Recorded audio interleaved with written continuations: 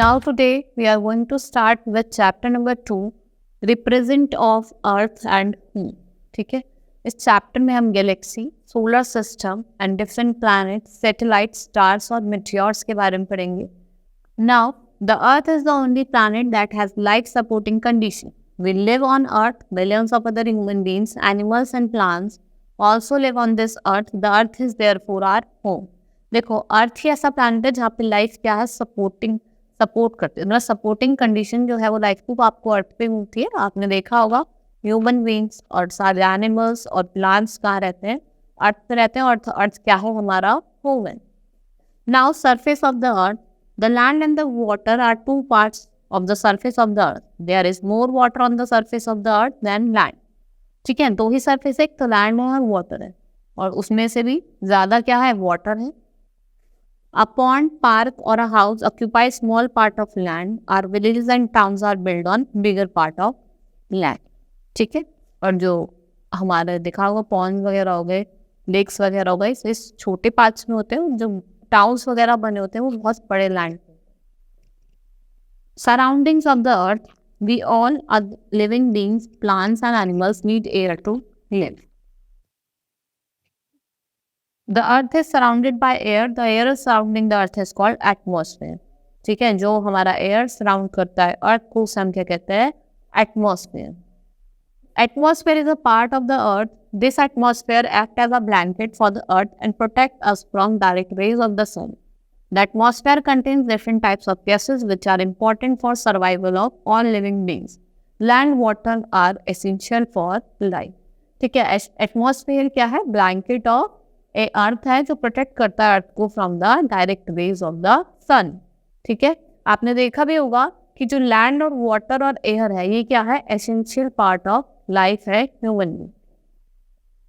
Now shape of the अर्थ. ठीक है, अलग अलग साइंटिस्ट ने अलग अलग उन्होंने अर्थ की शेप को अलग अलग तरीके से डिफाइन करा है. ठीक है, मैं भी आपको बताऊंगी कि अर्थ की कैसी शेप है. Shape of the earth is like an orange. Long ago, people thought it was flat. They believed that by traveling in one direction, they would reach the end of the earth and they would fall into the space. So they were traveling too far.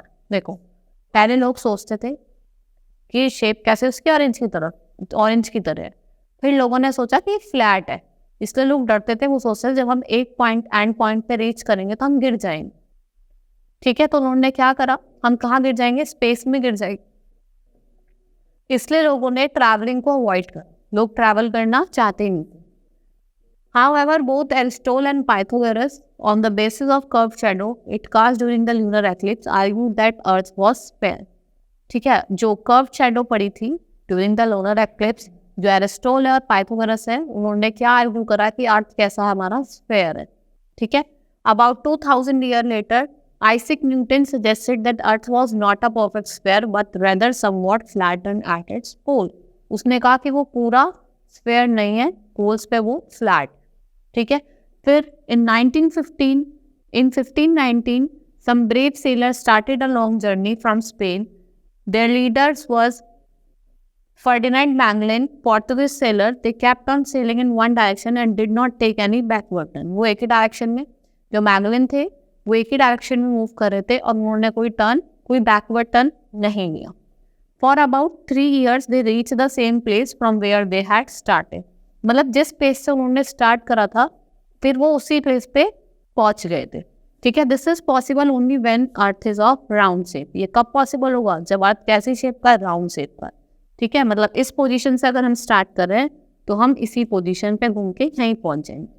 ठीक है, फिर in 1961 Gagarin of Russia went around the earth in a spacecraft. He saw the earth round from the space. In 1969 two American astronauts, Neil Armstrong and Edwin Aldrin, reached the moon. In a spacecraft they saw the whole earth from the moon. They also took photographs. The photographs proved that earth is round and it is like a huge ball. ठीक है, फिर Neil Armstrong गए थे.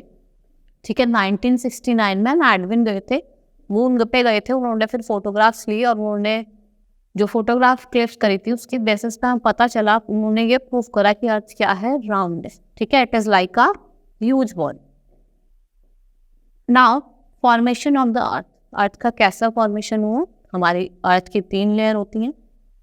ठीक है, crust, mental and core. हम तीनों layer के बारे में पढ़ेंगे। It happened about 4,600 million ago. A part of dust and the gas surrounding the sun begins to change.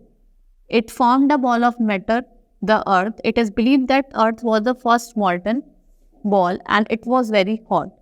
Then it started cooling. पहले सबसे पहले क्या हुआ होगा, जो अर्थ होगा ये मॉल्टन बॉल होगी और बहुत ज़्यादा गर्म होगी। धीरे धीरे ये क्या होने लगी, ठंडी होने लगी। ठीक है, light material came up to the top of the molten ball, as they cooled they become hard. जो लाइट मटेरियल होता है वो टॉप पे आ गया, क्योंकि क्या होता है कि वो ठंडा होने के बाद हार्ड हो जाता है, जिस वजह से वो मूव करने लगता है ऊपर की तरफ। We call it crust and the crust is the surface of the earth we live on. Crust है वो सरफेस है, ये क्या है, क्रस्ट है। क्रस्ट ही वो सरफेस है जहाँ पे हम लोग रहते हैं।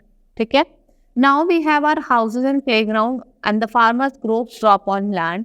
These are many natural forest on land, wild creatures live in this forest. Imagine travelling down to the centre under the mountain ranges, the outer skin of the earth may be 80 kilometre thick and under seabeds it is only 8 kilometre thick. अगर हम mountain की बात करें, जो skin होती है हमारे अर्थ की वो कितनी होती है, 80 किलोमीटर थिक होती है। और अगर हम सी बैड्स की बात करें तो 8 किलोमीटर थिक होती है।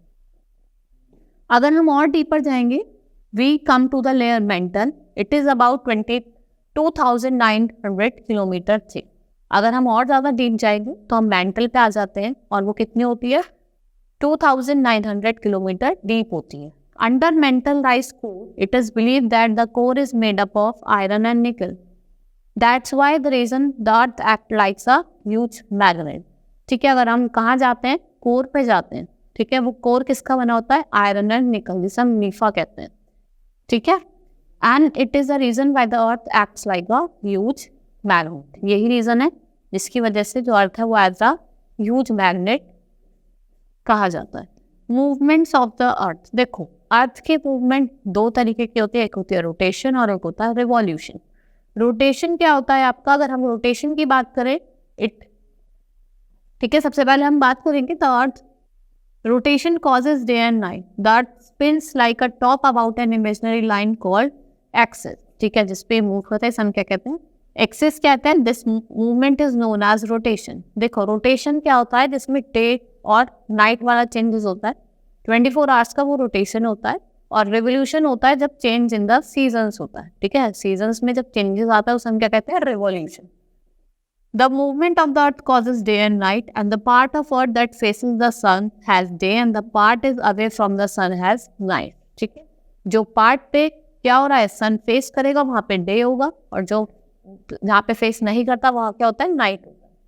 Now revolution causes changing in season. जैसे मैंने आपको बताया था, रिवॉल्यूशन क्या होता है, जब चेंजेस इन सीजन्स होते हैं।